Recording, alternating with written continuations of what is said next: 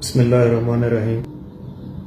میں شبیر علی قریشی بحیثیت ضلع صدر پاکستان تحریک انصاف کوٹادو و سابق MN حلفاً اس بات کی گواہی دیتا ہوں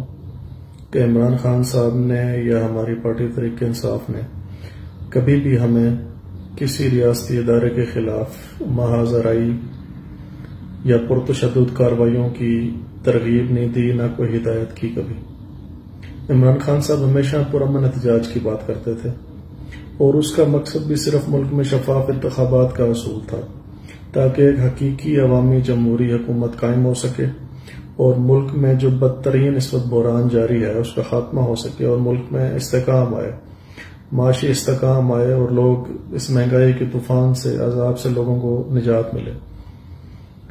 اور اس کے برعکس مستقبل میں اگر کوئی بھی میرا بیان آئے تو اس کو جبراً تصور کیا جائے اور کسی خاطر میں نہ لایا جائے۔ میں عمران خان صاحب کے ساتھ کھڑا ہوں کیونکہ میں سمجھتا ہوں کہ عمران خان صاحب انتہائی محب وطن اور ایماندار لیڈر ہیں، اور دوسری طرف دو کرپٹ خاندان ہیں جنہیں ہمارے ملک دشمن بیرونی قوتیں بار بار عذاب کی صورت میں ہم پہ مسلط رکھنا چاہتی ہیں تاکہ ہمارا ملک جو ہے وہ فسادات اور خلفشار کا شکار رہے اور کبھی ہم ترقی نہ کر سکیں۔